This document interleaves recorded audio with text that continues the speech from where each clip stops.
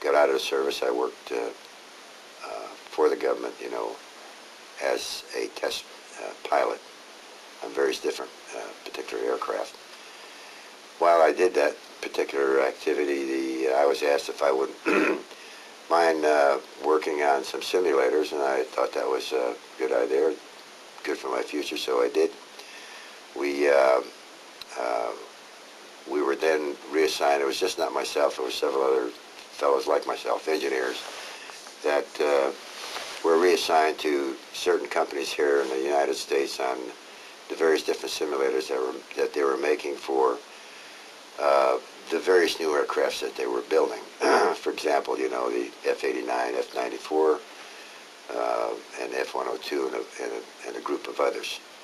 We spent probably close to 3.5, 4 years just in training on simulators, and just exactly, you know, how a simulator, an actual simulator for these aircraft worked, you know, and the new designs as they came along.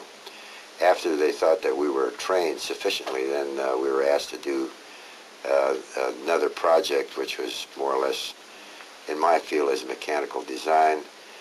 That was to join metal together without glue, nuts, you know, or any adhesives, so forth, you know, for aircraft purposes. The indication was to make the aircraft lighter. Okay. This course was several years going on. In the meantime, of course, security classifications were going on, you know, as far as we were concerned, and just the individuals that were going to work on these particular projects before going to the actual facility where I had done this activity. We developed this particular process of joining this material. It took quite some time, over a period of about 4 years. And then it was indicated to us that we'd go on a special project in New Mexico, which we did. And it was about 3 or 4 years after we had gotten there that we found out that these were simulators that we would be engineers on simulators for flying discs. Those one particular project I worked on associated with that disc was several years, of course. It's very time-consuming in a translation of scientific data as provided to us by the grays, a specific type of gray. As this information was given to our scientists and various different engineers that we had no association with, but they were doing what they call a copy engineering. The copy engineering was a process where they had taken an item or a portion of the craft, and they were disassembling it, writing their procedures, and identifying certain things as they took it apart and how it related to from their science to our science, and could we use that. I spoke in a little lecture here a while back that no average pilot could fly a flying disc because it was so complicated and so foreign to the individual pilot that there would be no way that he'd be able to hop in one, even if they gave it to him and said, "Here, fly this." Consequently, what we did, we took their avionics and transferred it to our science and our technology and used the avionics that we know of as far as aircraft is concerned.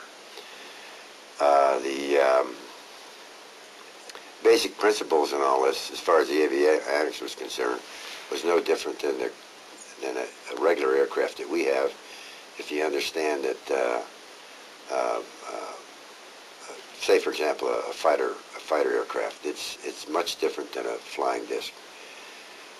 There were certain situations that we had to resolve, and basically we only looked at a couple different things because the flying disc only flies in about 3 different positions, and that is at 65 degrees, flat horizontal, and possibly vertical.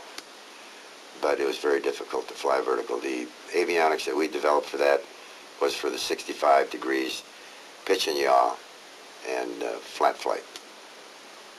Did you ever see a disc by yourself? I saw a disc from a distance. Can you describe Not it? up close. Can you describe it? If I was describing a disc for you so you'd understand what we're looking at, if you did see the Bob Lazar poster, very, very similar. This facility I was worked at is I'd say, as far as secrecy is concerned, is much tighter than possibly even Nellis here and some of the other facilities, you know, in this country. The entrance and the locations and the scenario on say, hey guys, you know, here this is, you know, this is what the ship looks like. It's, okay, that's what the ship looks like. As far as entering the ship, no. But that was a disc. How far away was it? Oh, well, I was, say, 10 or 15 feet away. Was it flying or standing on the ground? It was just sitting on the ground, on its belly. What did you feel in the moment when you saw it? What was your impression of it? I had, my impression was, as an engineer, was just great. Have you ever seen any aliens? We were introduced to grays that were associated with the project, but they were, I could say that in the time that I spent, maybe I've seen the grays a half a dozen times or more, but no more than 10 times, I think. But they were on, the reason that we saw them was actually for us to get used to being associated with them, okay? It's no different than, say, going to Africa and seeing a bunch of pygmies and, you know, looking at those people for a while, and then, you know, this is a little different than that, but it's the same situation where you're seeing something that's a little bit different than us sitting in this room, you know, talking right now, with their features and their makeup and that kind of thing.